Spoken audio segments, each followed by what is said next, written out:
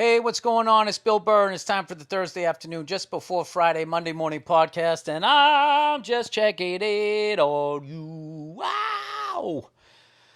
Ow! Remember that? That was always in rock music. At some point, when you sang a song in the 70s and 80s, at some point you had to be like, ow! Joan Jett.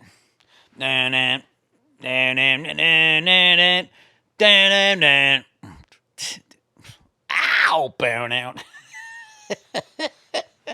I just picture all the producers back then, like, this song, it needs something. Does it need more cowbell? No, it needs an ow. And then it's going to go to the next level. So people know that you're rocking, that you're not fucking around, man. Don't say ow like you're hurt. Say ow like something's going to happen. Ow. Anyway, all right, I'm in a stupid mood. I, of course, have a million things to do today. Still fucking beautiful weather out here, but you still need like a jacket. Do you know what I mean? It's like almost spring, but it's still winter. Um, oh my god, this guy hit me with this fucking term. What the fuck was it? A surprising something or other. Oh my god. How they come up with these fucking terms? It basically meant that you had empathy for a problem, but they had to turn it into a compliment for the person. I forget what it was. It's the usual shit. You know what I mean? I care. I'm such a good person because I cared. You know what I mean? You know that problem other people are having? Let's not talk about the problem, but let's focus on how much I care about it, as I do absolutely nothing about it. Wow, you have a surprising, interest in that without doing anything about it. You should be complimented. Let's go to Costco. Um, Anyway, I saw a great fucking video today because I don't read, man. There was this lizard getting constricted by this snake. So one of his lizard buddies came over and was like, not on my fucking watch. And he starts attacking the snake. And the snake sees him coming. He knows what he's doing. The snake's going like, this guy's showing up to save his fucking buddy. That's not happening. I need to eat, right? So he's choking out his friend. You got to give it up to the snake, man. He was still choking out his friend while trying to bite his other friend, and his friend just took the hits. It was just like, that's not how you kill, buddy. Your bites don't mean shit to me until you put me in a chokehold. This you just hit me with jabs. That's my bro, and he fucking saved the guy. Now, I want to know what smart people, scientists, think about that, because I thought reptiles didn't have feelings. I thought they didn't have that ability. Like, that was an amazing, I don't know. Those were all reptiles. I thought that they didn't, like, the one guy saw that his friend was getting choked out, and not only did he do something about it, the other snake knew that he was going to do that, because that was his friend. I thought that they didn't think that way. Bill, why don't you say the same thing 50 times in a row? All right, I was a little surprised. Because, I've seen lions save another lion when they get surrounded by hyenas. They're always trying to bite them in the fucking vagina. So the female lion has to sit down until the male lion with his pimp coat shows up and just fucking attacks all of them. It's kind of amazing, like, the respect they have for the male. They'll go after a female, and they do most of the killing, too. That's what kills me. Right? But then the male lion shows up. Just one of him and like 40 hyenas are like, yeah, fuck this shit. Dad's home. And they all take off. That's it. The male lion shows up like a dad in the 70s in his company car. Maybe he's got that Lincoln Continental that had like the first extra brake lights on the trunk. Remember that one in like 73 or 74? My neighbor had one of those. And I was like, that guy is fucking rich. Remember that? When you were young? And you thought your neighbors were rich, even though they lived in the same neighborhood, like that, just because they bought something. They had a boat, or they got a new car. Like, dude, or their lawn looked nice. They're fucking rich. It's like, no, they're just better with money. They're making the same amount of money as your parents. They just, they're not blowing it on dumb shit. Although a boat, you have to admit, is there anything better than when your neighbor buys a boat? That's the best. You don't want to be the guy that buys the boat. You want to be the guy that knows the guy that has the boat. So then you show up, right?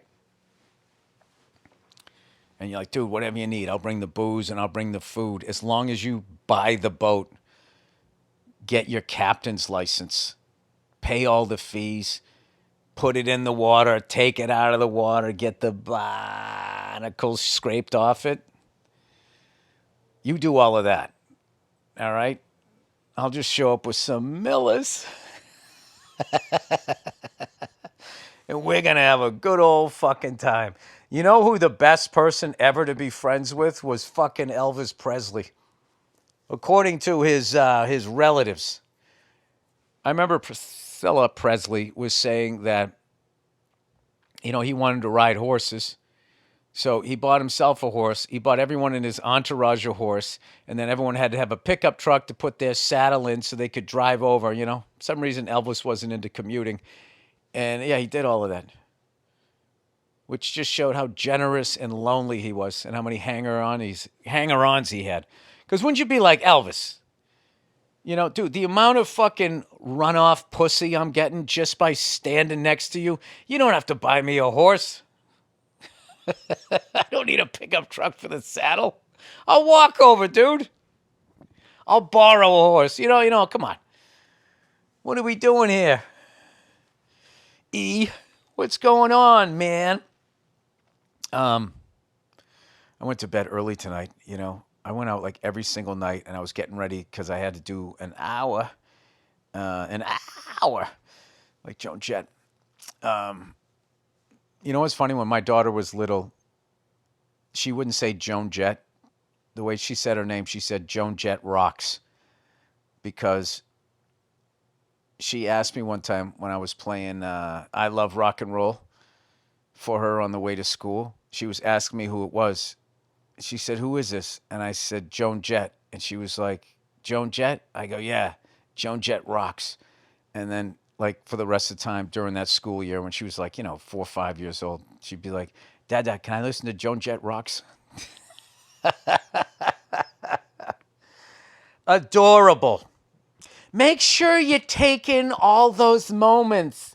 It goes by so fast. Is there anything worse than talking to a parent that has children older than you and you have to shoulder all their regret and sadness because their kids are now teenagers or they've moved out of the house?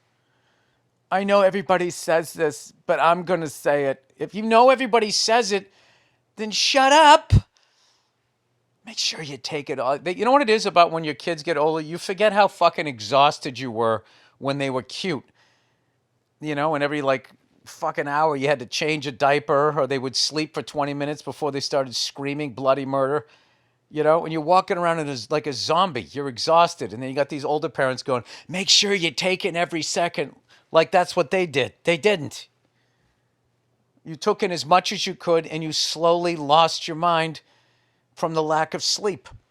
Stop telling younger people to take in every second. They're fucking sleep deprived.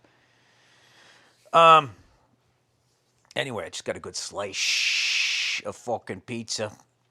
I was down in Tribeca, which, that's supposed to be a hot neighborhood in New York City. But it's got the fucking Holland Tunnel right there. It just destroys the neighborhood. Just all these people trying to get into the Holland Tunnel. It makes all the streets all diagonal and fucking weird. And there's nobody walking. You got to go up to Canal Street to run into people. Everybody else is just, you go down the side streets. I just feel like it's, I don't know, like Russian models and people that work in business, some sort of finance or something where you got to wear a suit. Everybody's just sort of walking around in a daze. But anyway, they got a good coffee shop down there. That's what I was doing. And then I went by this pizza place that was great down there too. And what's funny was I saw a guy. You ever you have a busy day and you just see a homeless guy sleeping on the sidewalk in the sun and you just start thinking I'd fucking love to do that. I mean, I wouldn't want to be homeless, but that part of being homeless right there, that it's Thursday afternoon and you can just soak in the sun, laying on the street, buzzing off of whatever the fuck you just panhandled money for. In that moment, I don't think it gets any better than being homeless. Once you come down and you're still fucking homeless and nobody seems to love you enough to let them, to help you out, you got to deal with that sadness before you start to cycle over again. But when you're in the moment, when you got the fix and you're laying in the sun like an old fucking bloodhound on a porch and everybody else is scurrying off to go work for the man, it's not a bad thing. So anyway, I'm walking down Canal Street and I see this guy. He's smoking a fucking, I think it's a blunt. I've never smoked a blunt, but it's a fat ass fucking joint. And he had a fucking cup of espresso in his hand. And not like a plastic little cup or anything. He had an actual, like, little espresso cup with a fucking joint. It was like 10 in the morning. He was smoking a blunt, drinking an espresso, which I don't know what that does to your body. Don't you just kind of level off? But I just looked at it and I was just like, that guy knows how to live. There's this other group of guys I saw, like, right outside. I was at this subway stop near the show. And they got a coffee shop downstairs as you go into the subway station. And I walked by this group of guys. It was like 11 in the morning, and they were all standing around smoking a joint. And I'm looking at those guys in the middle of the day. What do you do for a living that you can just fucking get baked at 11 in the morning at your age? That's amazing, right? And then I get on the subway, I go downtown, I do all my bullshit, and then I'm coming back up to do the show. I get off the stop, and they're still fucking there. Still smoking weed. And it was like a work day. Like, that's one of those things, as I'm getting older, like, I don't understand, like, when the fuck do people go to work? How are people working? I live in LA. There's traffic 24/7. I know a lot of people are driving around doing Uber, so that kind of adds to it, or Postmating, or Amazoning, or UPSing, or FedExing. But, I don't know. I'm old enough to remember, like, the 90s. And what was amazing is being a comedian in the 90s. Like, during the fucking day, like, you could get a seat on the subway. You could drive down the fucking street. Everyone was at work. Rush hour was, 7 to 9 and 5 to 7. But if you were driving between those hours, forget about it. Arm out the window. Listening to Lionel Richie. That's why I'm easy. I'm easy like Sunday morning.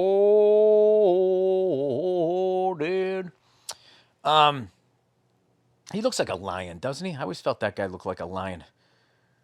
Especially when he had the fro, like, grown out a little bit when he was in the Commodores. You know what's amazing about that guy? I think he was a horn player when he was in the Commodores. Like, how fucking ridiculously talented is that guy? And then he goes solo. He leaves a hit group as a horn player. I might be wrong on that. I think he played a trumpet or some shit.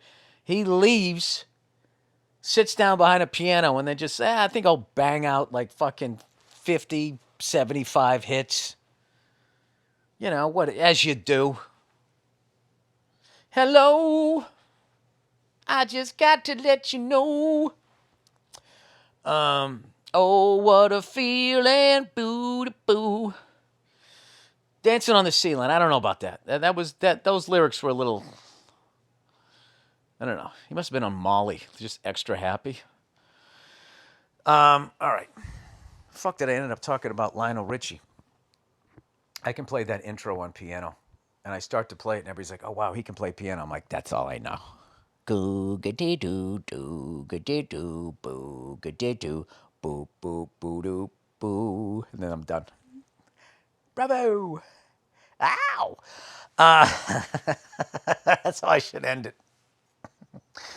Anywho, I watched the MotoGP race from Qatar. I'm going to say the most exciting race of the year, even though it had the same result with Marquez winning, although he didn't. He crashed out in Austin. But get well soon to Jorge Martin. That was frightening accident. For those of you who didn't watch, he got a little too aggressive in a turn, and the bike slid out from underneath him. And was it Fabio Di Gianantonio, the longest fucking last name ever, like kind of sort of ran over him. with his bike, and he has a compression injury with one of his ribs, man. It was scary because I remember the last time somebody died, I remember the same sort of thing happened where there was a group of bikes and the kid wiped out and the guy ran over him and he drove over his neck. It's fucking brutal. Kid was only 24 years old, but that was before I started watching, thank God. But that's the last I heard. It's kind of, I don't want to jinx the sport, but it is amazing how fast they go and how pedestrian the injuries are compared to back in the day. Like F1, all of that stuff. Like guys used to just die on a regular basis. I will tell you the most fucked up thing that I've seen since watching MotoGP, where I can't believe nobody died, was they were going down the straightaway. And at the end of the straightaway was this hard right turn. So on the inside of the straightaway was this grassy area. And, you know, usually on that straightaway, they get up over 200 miles an hour.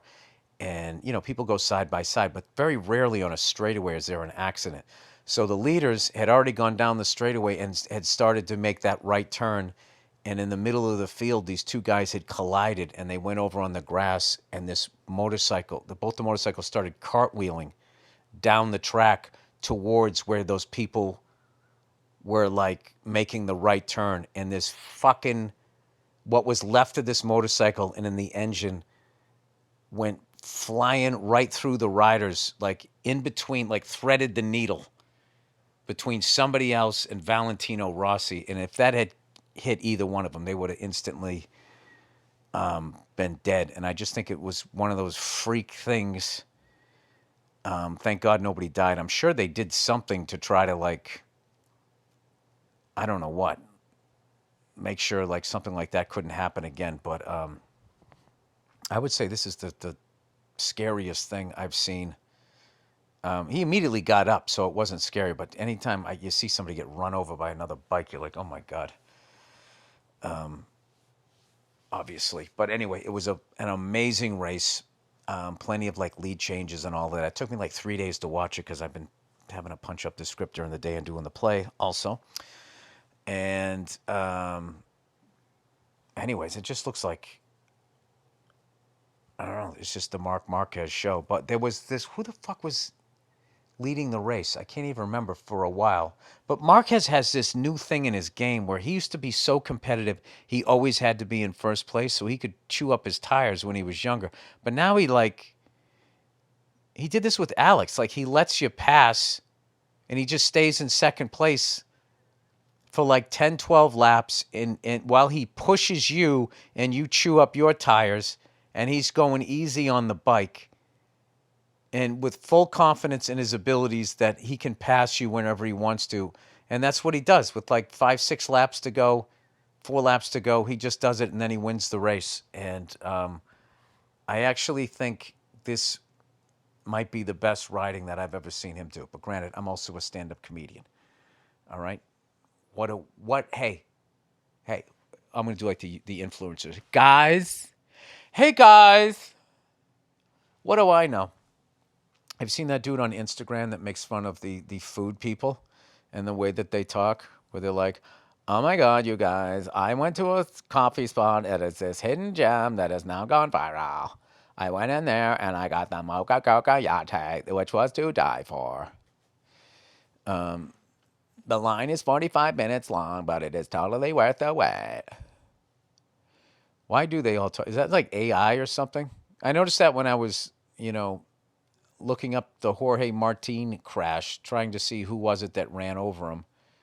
And everyone was just an AI voice that said, I love that they got Jorge right. They said, Jorge Martin had a really bad, and I watched like 3 of them trying to figure out who it was that was running over him. I finally just like yelled at my phone, it's Martin! How can you say fucking Jorge? By the way, guys, ow! Stop fucking listening to these fucking scientists who are saying that these fucking robots feel feelings. They don't feel feelings. Something that's not alive cannot feel feelings. All right? All you fucking bought and paid for, hoard out fucking journalists, stop interviewing these robots like they're for us. They're not. Stop asking the robot, what feelings do you feel? Like, how much are they fucking paying you, you fucking sellout whore? Jesus Christ. Why don't you go back in time and just interview the Nazis and all you do is talk about their wardrobe? Anyway, sorry. Jesus Christ. So I have a buddy of mine I was hanging out with the other night, and he was saying how he bought like Red Sox season tickets and he's getting nervous. And I was like, it's still early. He goes, we just played the Devil Rays, which I guess they're not good. They're usually good. He goes, no, they suck. And then he showed me the score, and it was like 19-6. And I was like, oh boy. Oh boy. Well, here we go. At least they're making moves. They didn't make moves for years. Now I feel like they're trying to win, but it is early. I believe in a manager. Anyway, I saw the cutest little girl on the subway. Reminded me when my daughter was that age, and she was fucking hilarious. And I'm so psyched because my kids and everybody are coming tomorrow, and I've been like jonesing. I miss my kids so much. I literally saw a guy walking down the street with his son on his shoulders, and I almost started crying.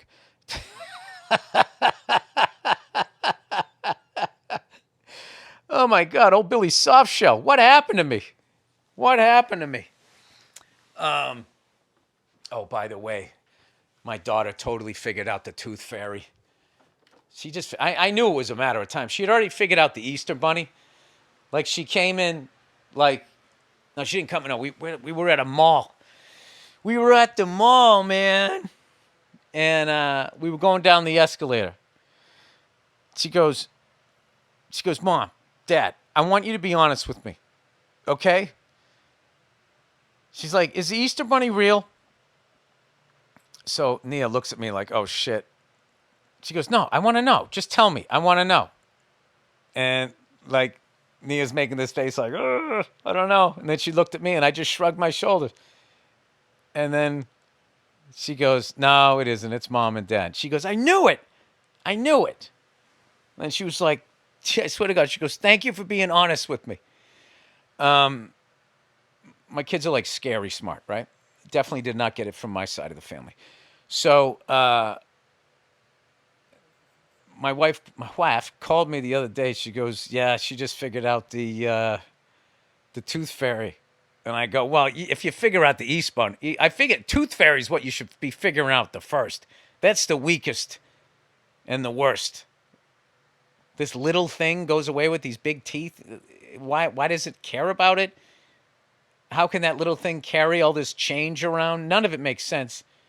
It makes less sense than the Easter Bunny leaving eggs. None of it. Like, what makes less sense? These fictitious holiday characters or organized religion? All of it, if you just really say it out loud, you're like, what? That doesn't make sense. My brain hurts, man. So she came in, and this is how she figured it out. She didn't ask. This is what I love about how smart my daughter is. She just comes in, and she knows if she asks, she's opening the door to us still lying about it. So she just comes in like the cop that knows you fucking killed the person. He doesn't say, did you kill the person? He says, where is the murder weapon? What'd you do with it? Or why did you do with it, right? And starting the questioning off with that so the person already feels caught. That's what she did to my wife. She came walking in. She just goes, Mom, where are my teeth? And I'm thinking like, in your mouth? And like I said, the intelligence does not come from my side of the family. My wife immediately knew what my daughter was doing. She goes, what are you talking about? So my wife was laying in bed. So my daughter gets on the bed, and she was jumping up and down next to my wife to make her bounce up and down and get her like off balance. She goes, answer me. I want to know. Where are they? And she goes, I don't know what the Tooth Fairy. She goes, no, they didn't. The Tooth Fairy isn't real. Where are they? Where are they? So she finally just goes like, all right, they're in the drawer, next to whatever. And then she goes, I knew it. I knew it. And then she got in my wife's face, was laughing her ass off. and yelled, "You lied to me." Which I have to say is such a relief that she found it funny. But my wife, she has this cute way about her that she can do that. I just would. I mean, if she came and just was where are my teeth? I would have said in your mouth, and then she would have said, "No, I'm talking about the tooth fairy. Where are they?" I just would have been like, I don't know. Your mother has them somewhere. I'm sorry. It's some stupid thing. And then I would have had the whole discussion. Just be like, I don't know why there's this pressure to lie to your kids about these things. I don't know what it is, but it's more for parents than you. You'll get it when you get older.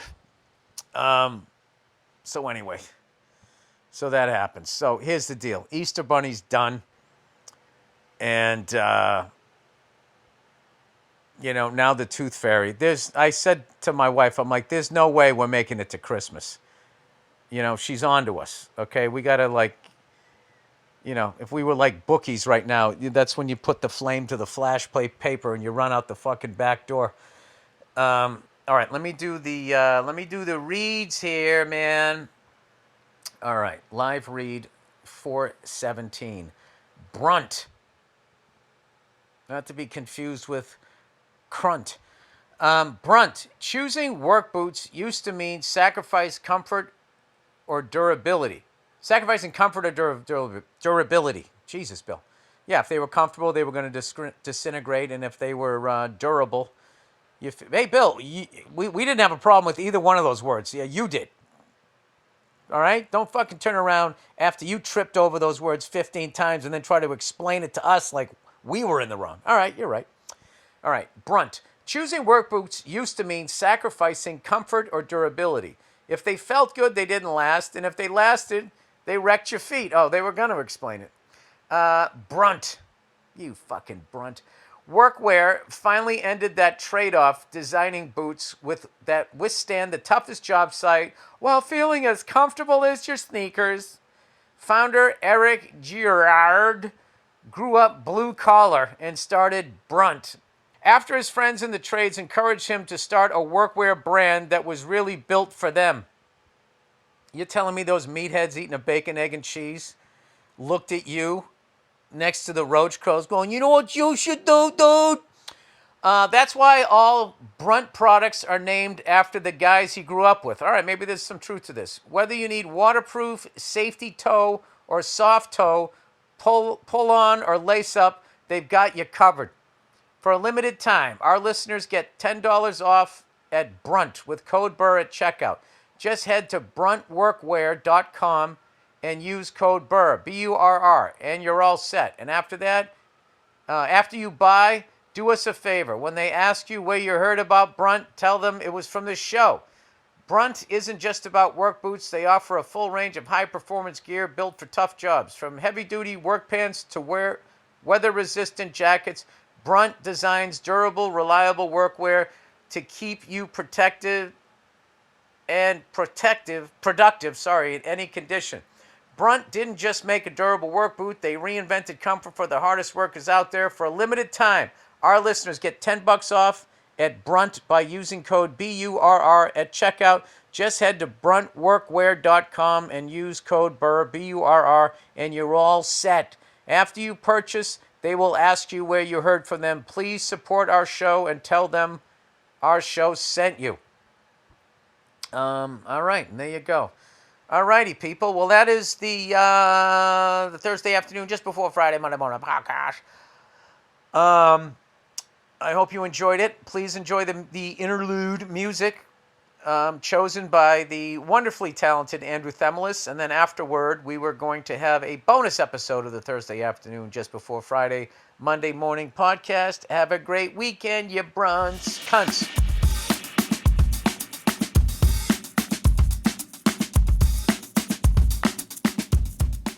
Hey, what's going on? It's Bill Burr, and it's time for the Monday Morning Podcast for Monday, fucking April 17th, 2017. What's going on? How are you?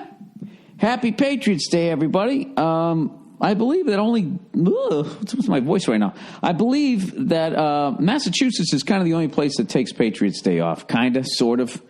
You know, they have the Boston Marathon, right? They usually play a Red Sox game during the day. For everybody who doesn't want to fucking run around or watch a bunch of skinny people running down the damn street shitting themselves on Heartbreak Hill.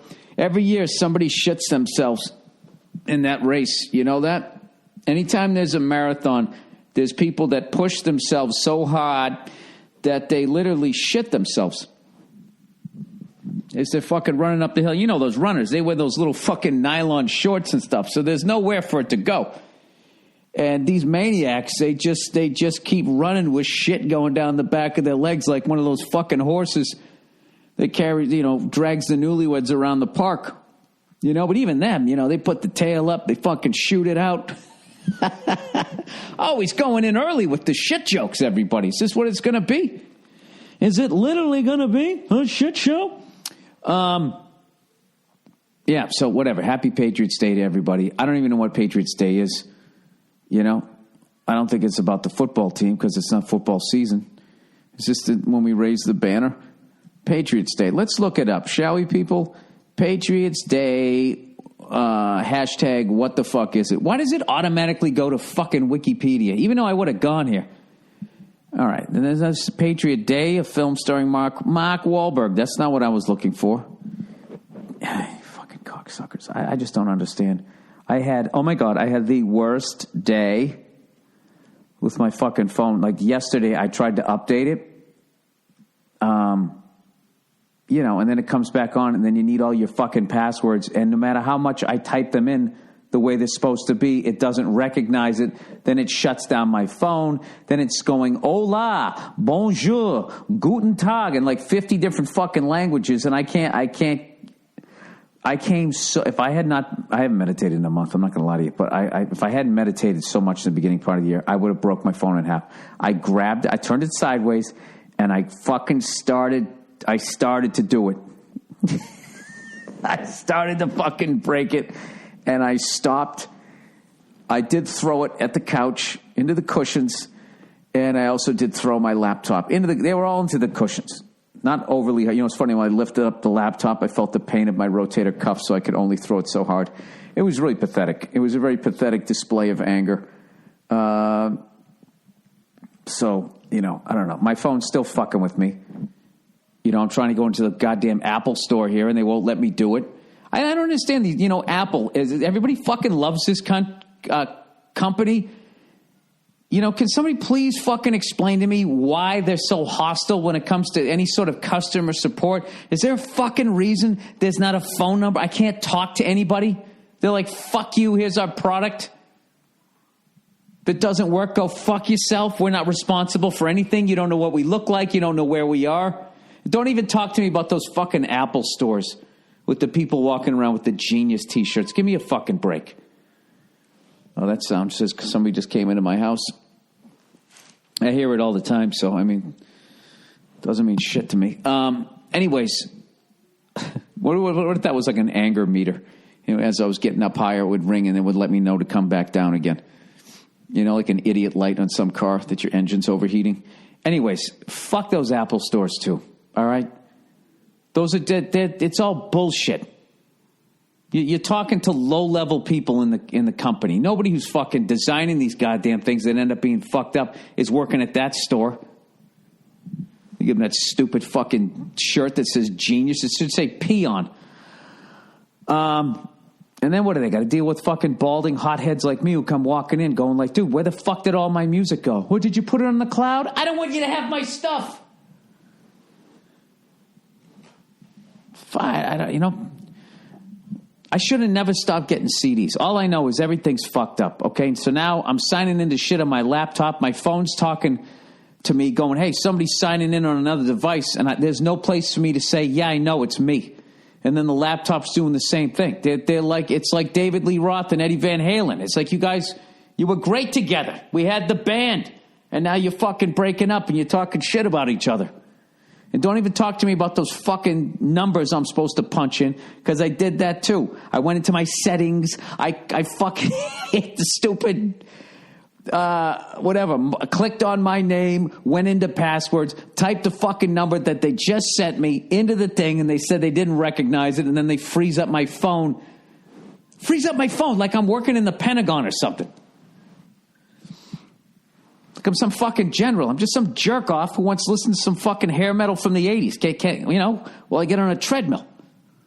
That's all I'm trying to do here. You know what it is? It's incestuous.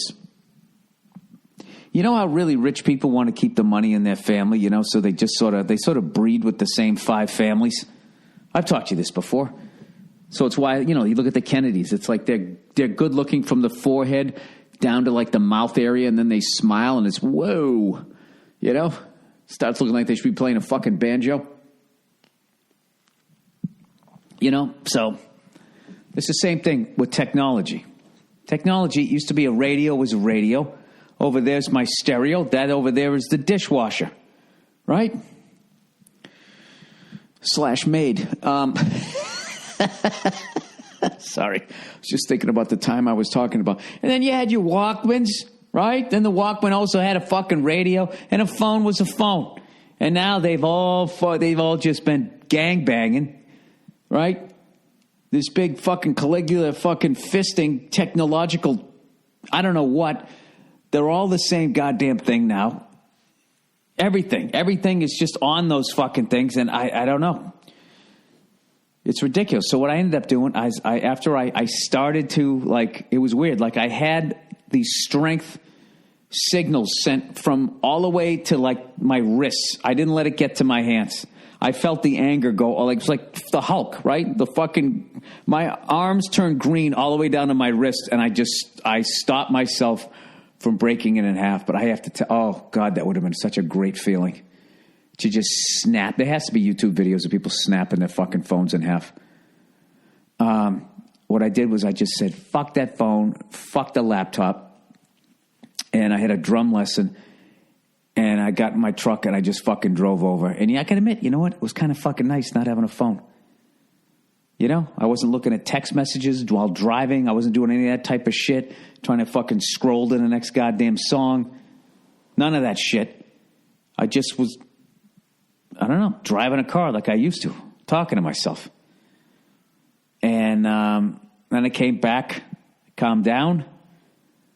I tried it again. And about, I don't know, maybe the 17th attempt, I got it to work again. And I just got it, as great as these are and my ability to communicate with you guys and everything like that, I still would have been all right without these things. I could have made it the old-fashioned way as a comedian, where you just keep doing the clubs and doing the clubs. Then I do a guest spot on the Hollywood Squares right next to Paul Lynde, maybe do a fucking Tonight Show, and I just keep building up. I could have made it that way. I didn't need all of this shit that these fucking YOLO douches, selfies, and then the picture you take that it takes sort of a video, but it's a picture, but it's also a video. These flying squirrel suits. I mean, I don't know. What is it? You just have to do shit that other people didn't do? Is that what it is? I don't fucking know. Back in the day, you know what it was? Back in the day, you fucking did the clubs until you built up enough of a following on your own that you headlined clubs, and then maybe you got an hour special then. Now, if you're a middle act, you need an hour special to headline. Like, the whole thing is, I just feel like this old man, like, this is not how it used to be. What's the deal with everything? All right, Patriots Day, everybody. Patriots Day, where is it? Patriots Day in Massachusetts and Wisconsin, and Patriots Day in Maine, is an official state holiday commemorating the anniversary of the battles of Lexington and Concord. Well, what the fuck does Maine and Wisconsin have to do with that? The first battles of the American Revolution. Or is Maine and Wisconsin the only other two fucking states that respect our holiday? The holiday was originally celebrated on April 19th, the actual anniversary of the battles fought in 1775. Since 1969, it has been observed on the third Monday in April in Massachusetts and in Maine. Dude, let's get a 3-day weekend out of it. You know? Fuck the 19th. Just make sure it's on a Monday. It's also the first day of a vacation week for public schools in both states, and a school holiday for many local colleges and universities, both public and private. The day is a public school observance day in Wisconsin. Florida law also encourages people to celebrate it. Like those fucking people needed an encouragement to celebrate anything else. They fucking celebrating like every day's Patriots Day. Fucking meth day. Though it is not treated as a public holiday. Observances and reenactments of battles occur. I remember going to one of those when I was a kid. I thought those people were cool as shit. Shooting the guns and pretending to die and all that stuff. I thought it was awesome. Then I got older and I was like, hey, well, I mean, if that's what he's into. All right, the Boston Marathon is run on Patriots Day every fucking year. Therefore, sometimes the holiday is referred to as Marathon Monday. The Boston Red Sox have been scheduled to play at home in Fenway Park on Patriots Day every year since 1959. The games are postponed due to weather in 59, 61, 65, 67, and 84. Do I need all of this? All right, we got it. Okay, we got it. So that's what it is. It's commemorating the first battles of the American Revolutions in Lexington and in Concord. I thought Gettysburg was the first one. That wasn't the first one? That was a Civil War? Oh, my God, shaking my head.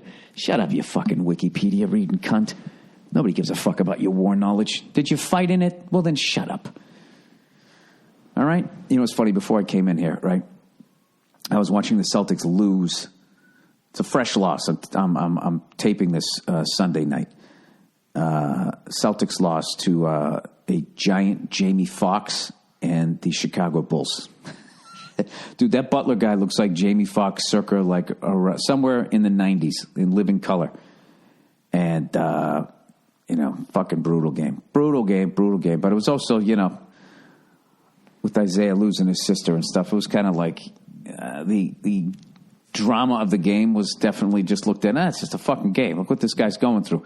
But the Bulls, as much as they're an 8th seed, let's go a little sports morning talk radio. I'll tell you, these Chicago Bulls, as much as they're an 8th seed, they have a lot of veteran presence and experience with your Dwayne Wade, with your Rondo, and... Yeah, it's not going to be an easy one. And then they got that Unabomber guy. Like, I don't know what the fuck that guy's deal is. You know what I mean? I think when I look at that guy, the hairdo he has and the fucking facial hair, I just hear his agent, going like, dude, we've tried everything to get you a lucrative advertising contract. We got nothing. So, why don't you just be the crazy fucking hair and bearded face guy? Why don't we try that? Did the Birdman retire yet?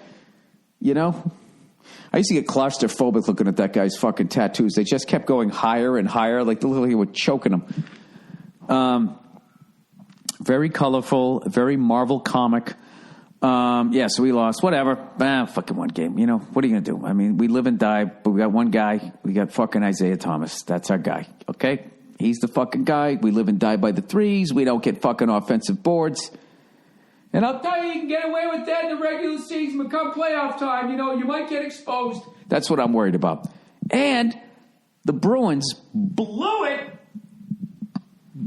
You blew it. We fucking blew game. We blew it. We fucking blew it. Game 2. I think we forgot that there was a third period.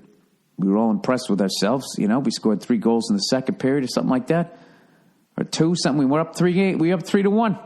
Up 3-1. Everything's going good. And the cross-checking cunts that are the Ottawa Senators. Jesus Christ. If one Ottawa Senator fan bitched about the refereeing in that game, I saw one play like this fucking guy, he cross-checked the same guy twice right in front of the net. The guy went down twice, no call. It was like every fucking third cross-check that they would call. And then that color commentator was so pro-Ottawa, it was fucking ridiculous. That first one, he was trying to say that, the goal was offsides. It's like, how the fuck can you tell that?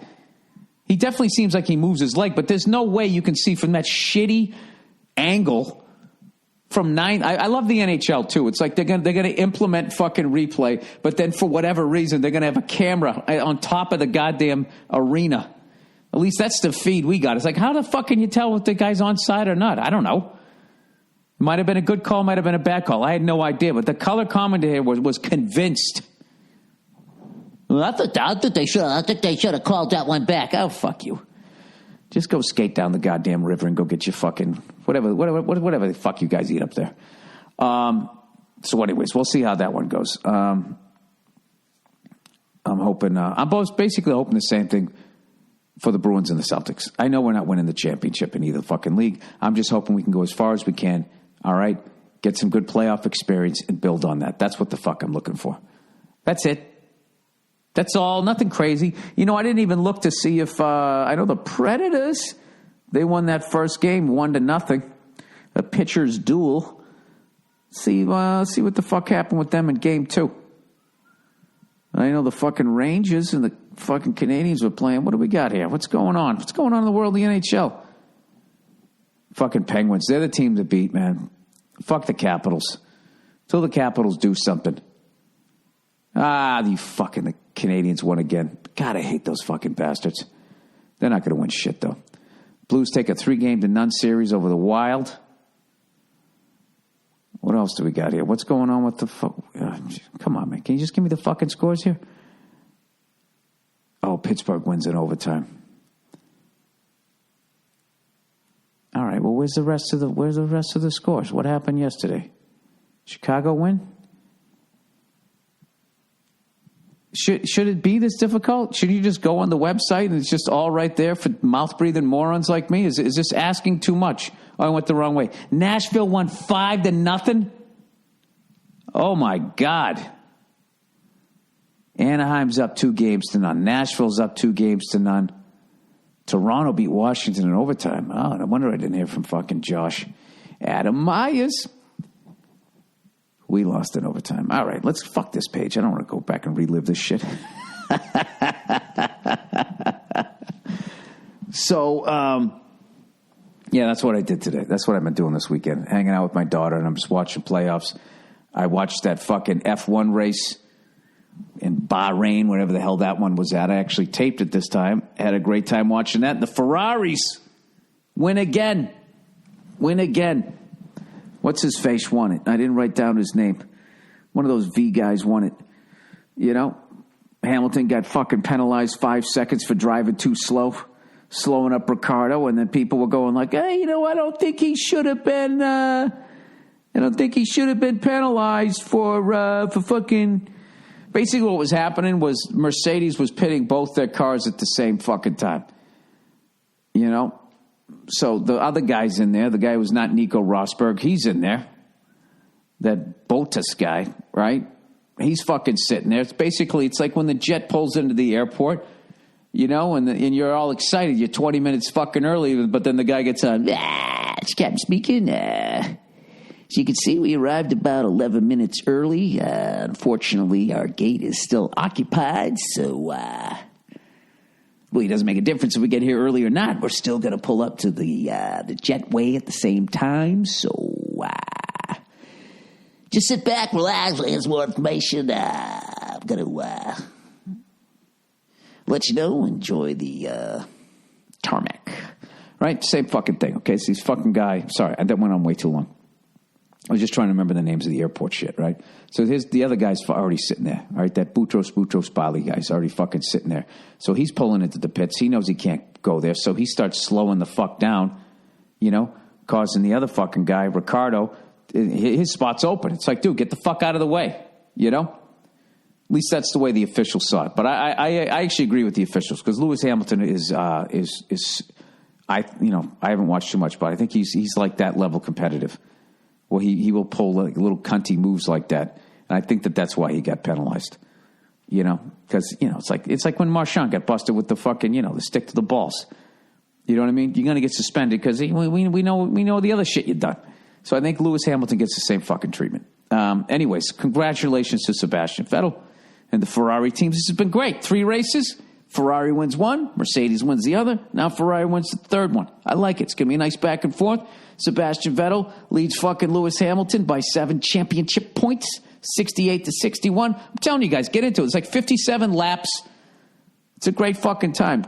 Go see what the Illuminati does with their money. It's a phenomenal goddamn sport. It's already way better than last year, where it was just fucking the Mercedes. It was a race to the first turn, and then that was it. It was over. Been very, very happy with it this year. So anyways, what else did I do this weekend? Oh, I've been working out like a fucking maniac. I actually got on the scale, it said 174. You know, I got some acting work this week. I like to be about $172. You know, that's the weight I kind of need to be around, so I don't look like a big-headed fucking jackass. You know, shout out to all you actresses out there who think only women deal with that. It's so hard as a woman. Shut up. Shut up. You're in a movie. Shut up. That's like, you know, I can't be too loud. My daughter's sleeping, but my wife was watching that Keeping Up with the Kardashians, and they were having a tough moment in their family, you know, and they were all sitting there just, you know, it just seems like it's one thing after another, and I know a lot of families deal with that, but it's been really hard. And as they're saying this, they're sitting in a private jet being filmed for a television show on their way to New York City. And they're all sitting there with these sad pound puppy looks on their faces. I don't give a fuck if I was going to my own funeral. If I was on a private jet to fucking New York City, I would be getting shit-faced. The pilots would love me. You know, I would never disrupt what they're doing up there. I would be like, I'm fucking tipping you guys, right? Sitting there all sad. It's just hard because, you know, with everything that happened last year to then come into this year and have more hard things to be happening, it's just really hard. I would love to take that clip, you know, and show it to people who actually really have problems. You do a reaction video, you know. Whoever sewed together their fucking clothes. And I'm guilty of it, too. Everything I fucking wear is made in a sweatshop. I actually tried one time. There was a website called No Sweat. I don't know if it still exists. And they made all these clothes. None of it was sweatshop labor. And I looked at all the clothes, and none of it was cool clothes. And I was like, wow, I want to do the right thing, but I can't wear that shit. All my friends are going to make fun of me. So I put my own insecurity ahead of fucking people. Working for sweatshop labor prices. I don't know. I just know it's just really hard sometimes, even if you are in a private jet on your way to New York City, drinking champagne. They weren't even drinking champagne. They were just sitting there looking sad with their big fucking brown Kardashian eyes. You know what they look like? One of those fucking creepy paintings, you know, they make of kids with. Remember that artist that just had those giant fucking eyes? That was like his thing. They had these giant fucking creepy eyes. I got to look this shit up. This guy actually made a ton of money. They were considered cute in like the 70s, and I always fucking hated him. Always hated him. Oh, by the way, if you're wondering how the point system works in F1, you get 25 points if you come in first, and you get points all the way down to 10th place. It goes 25, like 15, 12, 10, 8, 6, 4, 2, 1. I believe that's how it goes. And then everybody else can go fuck themselves. By the way, how funny was it? And that guy driving for the Hondas just bitching over the radio about what a piece of shit his car was. He sounded like me in high school. Except he's driving a fucking Formula One race car. He said, this is the most underpowered race car I've ever driven in my life. They're all sitting like, guy, dude, not on the radio. And then they cut into his car and it says Honda on the side of it. Anyways, yeah, it was a really fascinating race because they were somewhere in the Middle East and they were worried about sand blowing onto the track, which could chew up the tires and obviously fuck with the traction. I don't know. The more I get into it, the more I like it. What the fuck was I looking at? Okay, creepy, big-eyed kids, paintings, 70s. This is how I search for shit. I bet I get it. Come on. The Big-Eyed Children, the extraordinary story of an epic art fraud. that's not them. Why does every art gallery have that older white woman with the really short hair, like a boy's haircut, but it's like stylized? You know, like she sings in Oasis or some shit. Vintage. Oh, there it is. Is this it? No, that's not them. I guess everybody does the big-eyed thing. What the big eyes? What the fuck was that thing called? Wasn't it called like Love Is? That's not it. Wow, a lot of people are with the big-eyed kids. Are big-eyed kids in? You fucking big-eyed kid. Love is ... Big eyes. Let's see if that works. All right, I give up. I fucking give up. Now they're showing me a picture of SpongeBob SquarePants freaking out on some drugs. Do you guys know the ones I was talking about? They had little bodies, they had giant heads, and they had these big fucking eyes, these little pink fucking arms and shit. They were creepy as shit, and everybody thought they were so goddamn cute. I was a dumb kid, though. Do you know every time I walked into a photo shop back then, and they'd have picture frames, and then they would already have like a picture in it? Like, I thought like you were buying that picture.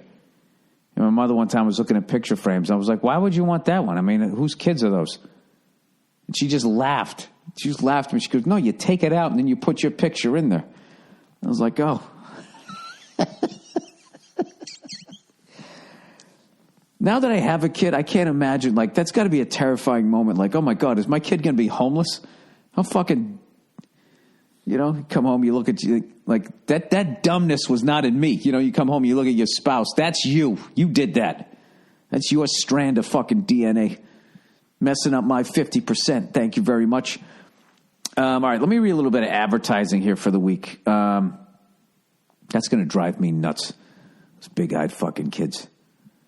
All right. You want me to read these two now? You want to hear the story about me trying to make fucking dumplings? Let's talk about that. Hey, any fucking Asians out there? Any Asians listen to this podcast? Anybody from the Far East migrated over here? Maybe your second generation?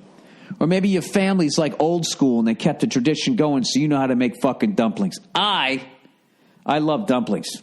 All right? I'm like Oprah right now. I love dumplings. I fucking love dumplings. And I told you the story of when I was in Singapore and I was on my way to Hong Kong and I was in the fucking airport lounge and that cunt ate all the fucking dumplings. I swear to God, I don't know how his belly wasn't hanging over his pants. He's this little skinny motherfucker. It was like he was a competitive eater. They kept bringing him out in groups of like 14 and this fucking guy would eat like 11 of them. It's like he was flying around the world and there was going to be no food in the goddamn plane. So, the best dumplings I ever fucking had, I was in Hong Kong. I went to some dim sum shit. Oh, I don't know what the hell it was, but it is a fucking art form over there. But I'll tell you, here in America, they still do a great job with the dumplings. The pot stickers, I love them.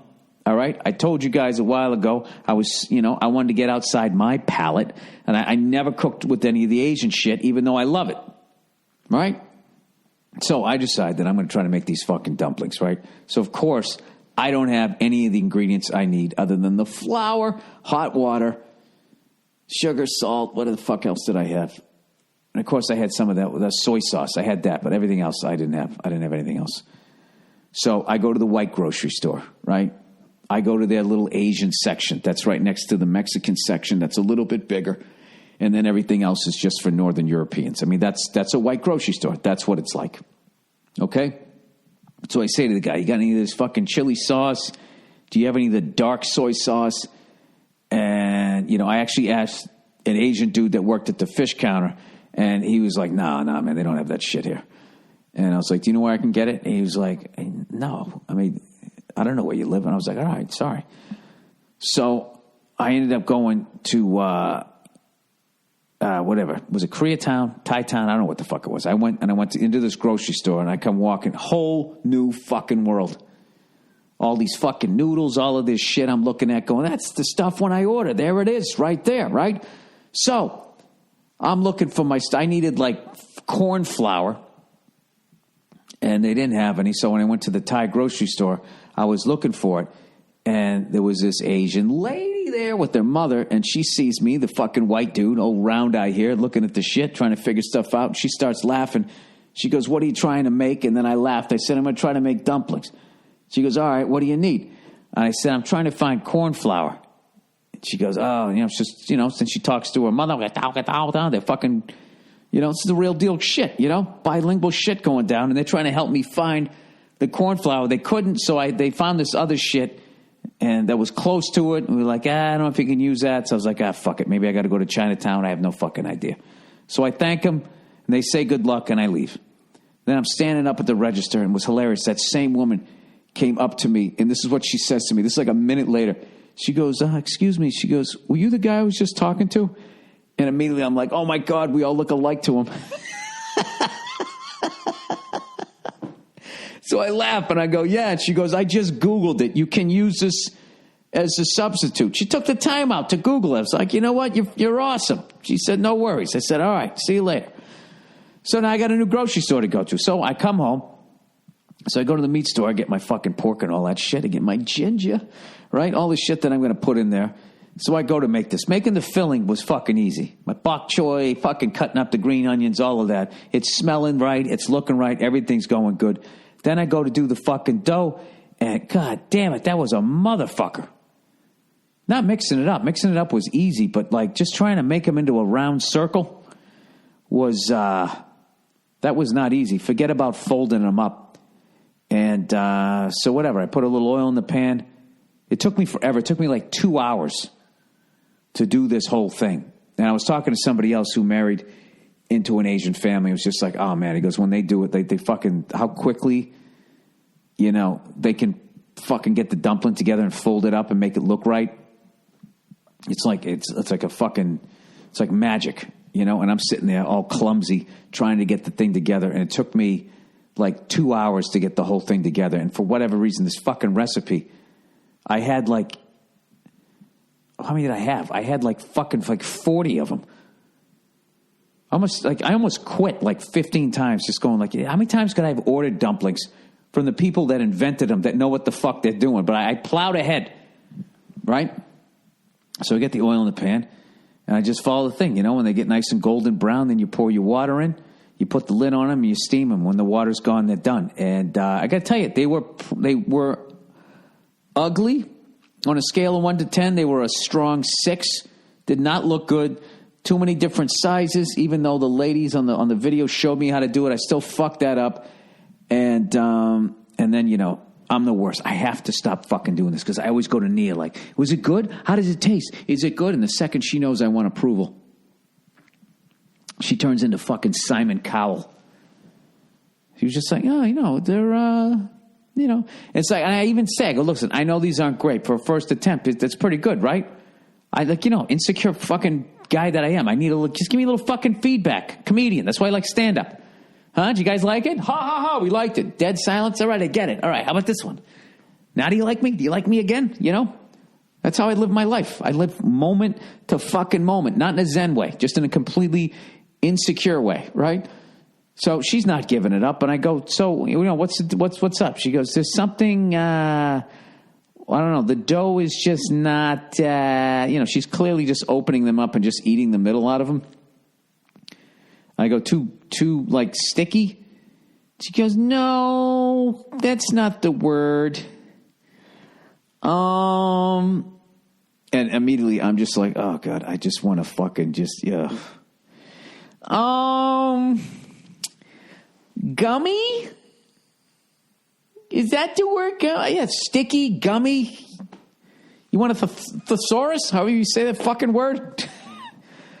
So this is what happened is, I learned from this chef that you got to be, tasting your food. Forever, I used to cook and I wouldn't be tasting. So I was tasting them the whole fucking way. And the chef told me, by the time it's done, you're not going to want any because you've tasted so much of it. So I'd already had so many fucking dumplings. The time I got it, like I was almost a little sick. And I fucking ate them. And I knew that they weren't right. But I definitely had a good time. I think I would quarter that recipe. So I only make like fucking 8 of them. Then I could have fun. And I could actually like take my time rather than, dude, it was like, I swear to God, it was so perfect that I did it during tax time, because that's what it felt like, when you got all your receipts all laid out. I had all these little balls of fucking flour. But, dude, this morning, like, I didn't even clean up. I went downstairs and I was just like, I ate dumplings and I had a fucking scotch. I was doing so well on my diet. The next day I fucking woke up, looked like a starving child with like a distended belly, if that starving child was an alcoholic. And so I came upstairs, and just the smell of that fucking soy sauce and all that shit after all those dumplings I fucking ate. And I swear to God, I actually have a newfound respect for that son of a bitch that ate all those dumplings in Singapore. I don't know what the fuck that guy's stomach is made out of, but dude, you can't eat all of that dough. So then, of course, eating like that kind of threw me off my diet. Went to this fucking great cookout today, and I ate well, but not well, if you know what I mean. So who knows? Whatever. I'm doing well. I'm doing well with the diet. I'm still going in the right direction. Okay, I've shaved off about 8 pounds off of the fucking Christmas ham here. Old Billy's going to be able to fit in his suits in about another 5 pounds. Get down to like 170, 171. That's it. Then I'm going to try on that suit again. You know why? Because I'm not a quitter. All right? I hung in there with the dumplings. I'm not going to fucking go down to I'm not going to be that guy. I told you guys that. I'm not going to be the guy that goes down to the dry cleaners and has his fucking suits let out. Sitting there with your fucking shoulders slumped. All right? And if you're in that right now, if you're doing that right now, you got to keep one fucking suit. Okay? That you don't do that to. And I would make it your favorite fucking suit. The one you look the best in. That's it. You can have your fat suits. You're literally wearing a fat suit like fucking Eddie Murphy in the Clumps. Except when they say cut, in the end of the day, they can't remove it. What are you doing? Get on a fucking treadmill. All right. Let's get to some of the fucking questions here for the week, shall we? The lovely Nia, everybody. Is my food here? Oh, yeah, it's been here. It's been here. What did I order again? A salad with chicken, because you're on a diet. Yes. Everybody knows. I was talking to you about your cold, calculated review of my dumplings. What are you talking about? You know how you do. Hey, sweetie. What's up, buddy? You just woke up. Look at that smile. Mwah. Oh, she's... You know what? I know I'm biased, but we got one cute-ass kid. No, you're you're dumplings. Yeah, you're you you made dumplings. See, this is what I'm talking about. It's so cold. Yes, you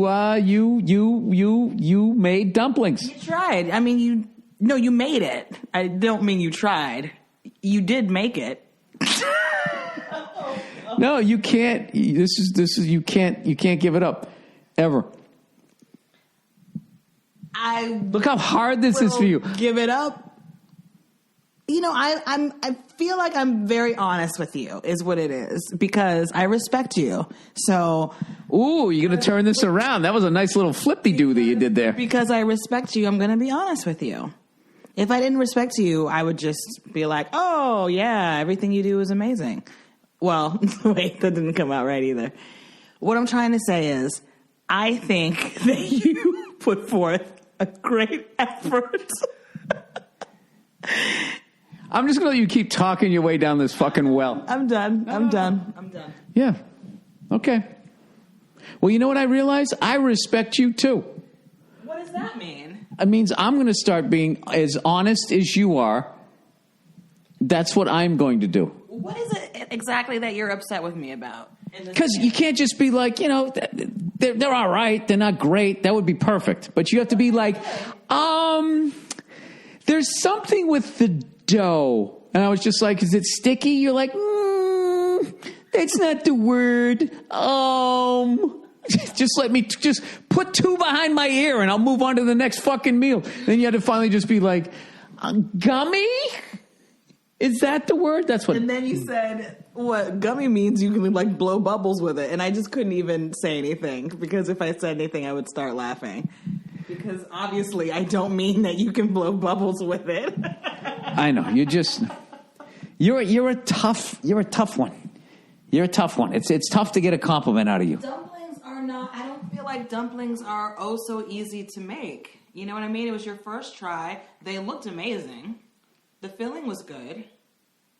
Just the dough part was... Yeah, the dough part was definitely off. I think I overcooked it, I think. Okay. I'm not sure. But I'm just saying you have this you just take out the sickle when it's coming. You turn like an Olympic judge. To be like, you could be like, yeah, I mean, they're not the best, but you'll get them on the next one. Give me a little pat on the fucking head. You're just like, nope. Okay. These are not good. Okay. Have a nice evening. I will see you in the morning. Okay, well then I will. All right, I'll take this opportunity. You won't. I've been talking to you about this for 14 years. To be better. Hey, buddy. Oh, can I take a bite out of this? Huh? Why can't you stay this age forever? Just be this big ball of cute we carry around. Yeah. Huh? She's got a mischievous look on her face. Yeah. Huh? You gonna be toughy tonight? Like last night? Oh, last night. Yeah. Last night was a rough one. Yeah, I'll tell you it was a rough one. All right, let me finish this up here so I can go eat my cold fish or chicken or whatever I ordered. Chicken. All right. I thought you were almost done. That's why I came in here. No, I'm not. And you're way off the mic. We're probably been annoying the shit out of people for the last 5 minutes. Okay. Okay, I'm out of here. All right. You're out of here. Say bye, Jeff. Hey, Nia, that dress is... I mean, it's a dress. You're wearing it. And I can't even do it to you. You look great. Asshole, get out of here. All right, Wagon. Please read. Hey there, Billy Baby Wipe. That's the first kid one. All right. I heard the email you read a couple weeks ago about the older guy who was wondering if it was worth it to lay off the booze and reconnect with his family. I can tell you I wasn't as bad as that guy, but it made me realize I could be a better person. I quit boozing 2 days after I heard his story. I called my brother and I started a dialogue I should have started 8 years ago. I used to listen to you talk about booze and think it was an excuse to keep boozing, not placing the blame on you. I'm a moron. Well, yeah, I mean, I don't know you, so I wouldn't think that you were trying to blame me. I wouldn't accept the blame either. But then I realized you don't drink all day, every day, and that you have a full career and a kid and a wife. I have a plumbing and heating job and a terrier. I still smoke weed because it helps with my arthritis, which is actually very severe, and prevents me from doing things. Just picturing you jerking off. God damn it, I can't sustain it. It prevents me from doing things like running and lifting comfortably. The call to my brother initiated. Well, I bet taking all that booze out of your system will probably help out. I don't think boozing is good for your joints, is it? All that sugar. I don't know. I always just repeat shit that I half listen to. I'm sorry. The call to my brother initiated his inviting me to Easter. Nice. The first holiday I will spend with my family in almost 9 years. Thanks and go fuck yourself. All right. Well, I don't know what you're thanking me for. You did it. I don't know that I said anything. By the way, my wife was watching Dr. Phil, and they had this fucking guy on there. It was one of the most fucked up things I've ever seen on TV. This guy was basically going on the internet. He was into conspiracy theory, and he lost his job, and he got into this meditating thing. And he said he had reached this spiritual plane of constant meditation, and he couldn't explain it to anybody around him, like his wife. And Dr. Phil's trying to talk to the guy, and he goes. And he just kept going like, so what are you trying? You're meditating. You're on the internet. You're meditating. And then the guy just kept taking this arrogant like line with him going, yeah, see, once again, I mean, you'd have to read up. I mean, I can't just explain this to you. I can send you links on to try to get to my level, basically, of higher thinking. And then Dr. Phil's like, don't talk down to me. Okay, first of all, you don't know me. I'm one of the most open-minded people you're ever going to meet. First of all, who the fuck says that about themselves? I'm one of the greatest people I've ever met, right? So long story short, they bring in Deepak Chopra, All right? Another whore of spirituality, but he's a whore of psychology. And this fucking jerk-off comes in with these fucking bright red sneakers on and sits down next to this guy. And the guy's freaking out because he feels like he's on the same plane as this guy. And then he proceeds to basically say that this guy is abandoning his family. He picked his words carefully. I will say that about old fucking Deepak. D to the motherfucking Chopra. He basically picked his words carefully, but in the end, he said to Dr. Phil that he feels this guy is bipolar.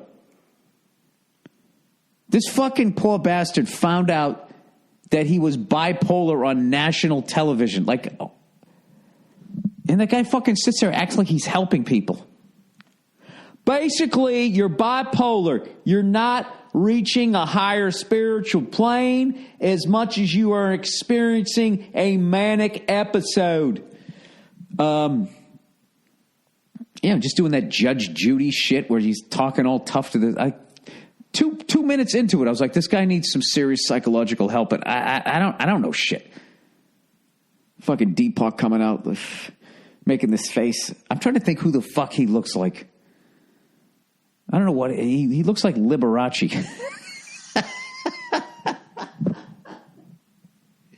whatever national. What is he? Is he Indian? He's like if India had a Liberace. This if they ever do the fucking Michael Douglas, Matt Damon version of Liberace, if they do it in some Bollywood thing, you gotta cast that guy.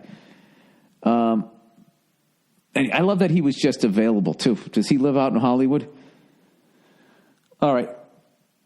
Anyways, I have no fucking idea. I don't know anymore. One of my favorite things, too, is my wife is on Instagram.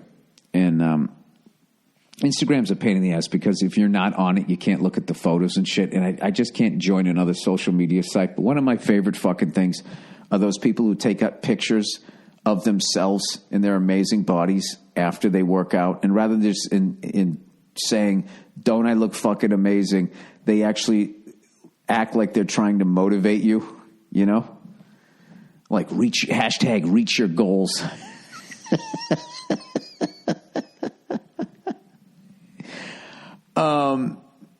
Hashtag putting that work in. I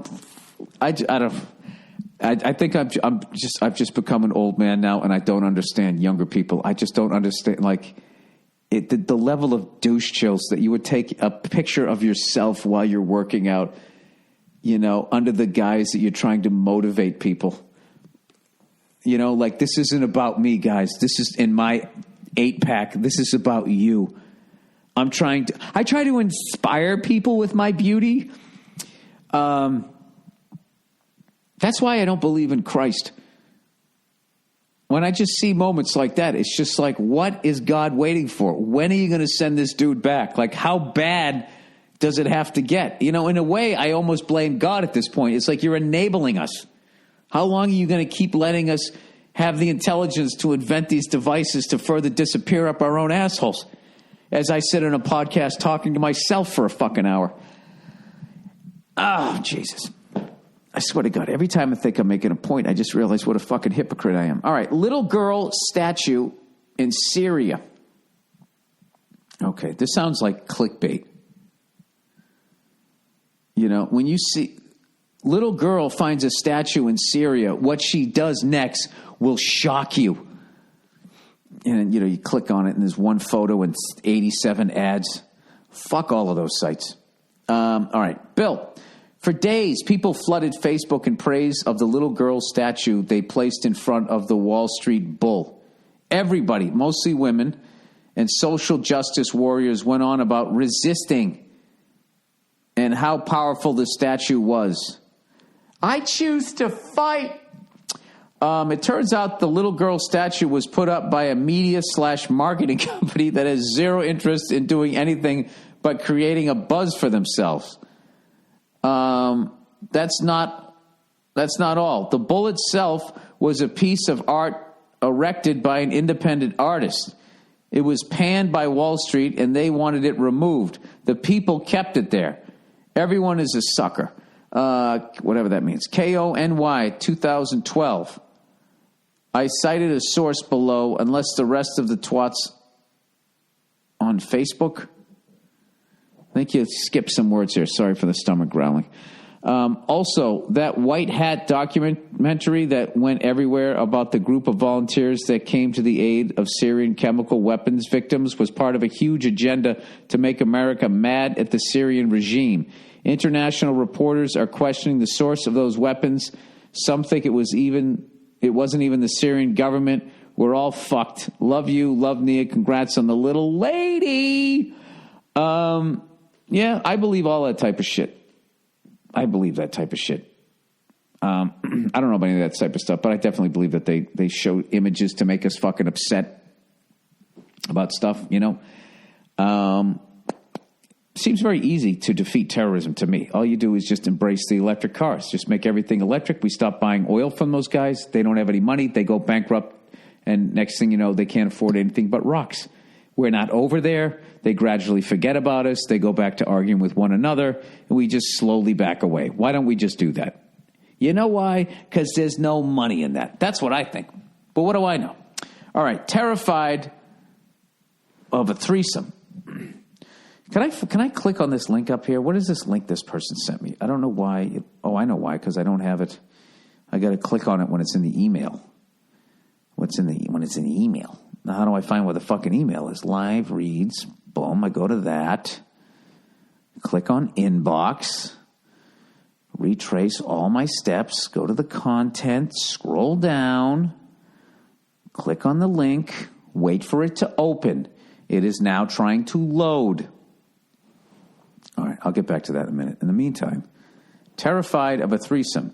Hey, parentheses, insert cheap redhead insult here. Huge fan, love your stand-up and F is for family. Thank you. I'm a 21-year-old college student who has a girlfriend that is bisexual and beautiful as well. God bless you. Woo! God bless you, sir. God bless you. There's no way you don't believe in God, man. God bless you. We've talked about asking girls to join us in bed and are finally getting ready to have it happen. The girl that's joining us is a girl that the both of us have gotten with in the past at different times. This is perfect. The only problem is that I get freaked the fuck out when I think about this happening. Both of the women involved are hot and experienced, which is what scares me. I'm not that astounding looking of a guy, not that well endowed as far as my dick goes, and not experienced at all. Are you going to talk yourself out of this, dude? And not experienced at all compared to these girls. How do I get past my fears and relax enough to be into what's happening and make sure I make it worthwhile for both these ladies? Thanks, and go fuck yourself. Dude, do not fuck this up, okay? The only way you can fuck this up is to not show up. Just show up and let nature take over, okay? It's all right to be freaked out. You're 21 years old. You got two fucking smoking hot chicks want to fucking bang you at the same time. That's a lot. That's rock star shit. I don't know what you do for a living, but I'm guessing you're not a fucking rock star. So yeah, this is fucking great. This is a great goddamn thing. And if you want to, I'd just tell your girlfriend. Just be like, yeah, I'm excited and I'm got to be honest with you, I'm a little nervous. You guys are both but just keep painting about because they're so beautiful and all things. She'll be like, don't worry, relax. Just follow my lead. Just do that. Just be open and honest about it. But don't take it to the fucking point that you're like, don't say all that other shit. You know, I'm not the best looking guy. I could have had a bigger dick. Then she's going to think, well, what the fuck am I doing this with you for? Don't go that far. All right? Here's the thing, dude. You're definitely good looking enough. You definitely got a big enough dick, or none of this shit would be happening. Right? Okay? You got called up to the show. Okay? Get up to the plate and swing out of your fucking cleats. I would let them start. Let them start, and then you just kind of fucking, work your way in. That's all. Just start making out with both of them. That's it. Get some fucking, I don't know. Just please, dude. Please, for the someday 48-year-old you who'll probably be doing a podcast by himself, okay, please don't fuck this up, okay? Do not talk yourself out of this. You're getting in your fucking head, all right? You've already gotten with both of them. She obviously likes your dick. She's coming back for more. Your girlfriend's still there. This is just like, this is something else, dude. And this is a great experience for you to push past all that fucking low self-esteem. All right? So man the fuck up. Have a great time. Follow-up email, please. All right. My girl loves me too much. Aw, but I can't love myself at all. All right. Hey, Billy Moose Knuckle. I always forget what that is. I know what a camel toe is. I don't know what a moose knuckle is. I'm a 22... Is that a Canadian camel toe? I don't know. I'm a 22-year-old college student, and I've been with my girlfriend for about a year now. Things have been great. Only problem is that she's got the tendency to tell me I love you, or you're so important to me, or I adore you at least 15 times a day without any lead up. Oh, yeah, that's creepy. She just does it out of the blue. I guess it's nice to hear, but after a point, it makes me wonder if she has some underlying issue. I'm the first boyfriend, and she's still shocked, even after dating for a year, that someone finds her attractive. Sorry, hiccups are coming. On top of all this, she gets weird and passive-aggressive when I suggest I have a night to myself, saying things like, I guess I'll stay home alone, or I'll just eat leftover soup and watch the Food Network. This shit kills me, and I usually cave and come over. I'm an introvert at heart and need my time alone to recharge and study or read my favorite books. When we're together, we mostly watch movies, talk about school, or fuck, which is fine, but I need to be alone once in a while. I have too much empathy, and I'm a pushover, which doesn't help anything. I need some advice. Do you think she has an attachment problem, or is it something else? Thanks, and go fuck yourself. I would just work on your end of it. Whatever her issue is, it might come to a head when you just say, listen, no, I just need alone time sometimes. You know? And let her pout and do whatever the fuck she wants to do. And eventually she'll accept that about you. Or she'll tell you why she's too insecure to not spend the night, spend a night alone. Or she'll flip the fuck out. And you'll be like, wow, I'm not with the right person. But I can tell you this. Not doing what you want to do in a relationship is the quickest way to poison the water. Okay? And I don't mean just going out and fucking around and doing all shit like that. But I mean like, you know, if you don't like going to brunch, you have to tell them you don't like going to brunch. Now, you still have to go to some brunches, but you're not going to be going to them all the time. All right? To not tell her that you're an introvert at heart and you need your time alone to recharge and study and all that type of shit. Read your favorite books, you know? She has to respect that about you, and you got to respect that about you, okay? Stop giving in to what the fuck she wants. What you having a night alone every once in a while is not a crazy request, okay? And I would do that first and see how she reacts. And you might get to the bottom of why she has to say I love you and I adore you and all of that shit 50 times a fucking day. Probably because she's probably terrified that it's not going to end well. You know, if she's never had another boyfriend, I'm guessing she's around your age. Maybe that gave her some sort of complex. I don't fucking know. This is something for you guys to work out. But I got to tell you this right now. If you need alone time, you got to tell her that. Or else you're going to end up presenting her and the whole relationship is going to gradually start its fucking downward spiral. And that's it. And it crashes and burns right in a fucking cornfield. Okay, that's it. That's the podcast for this week.